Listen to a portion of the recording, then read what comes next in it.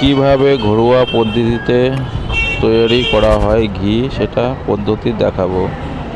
আর দেখে যদি সবার ভালো লাগে আমার ভিডিওটাকে কমেন্ট শেয়ার লাইক করে ভিডিও বানানোর উৎসাহিত করবেন। আর কীরকম হয়েছে তা জানাবেন কমেন্ট করে। থ্যাংক ইউ, ধন্যবাদ। এই বলে ভিডিওটা মনোযোগ সহকারে দেখুন।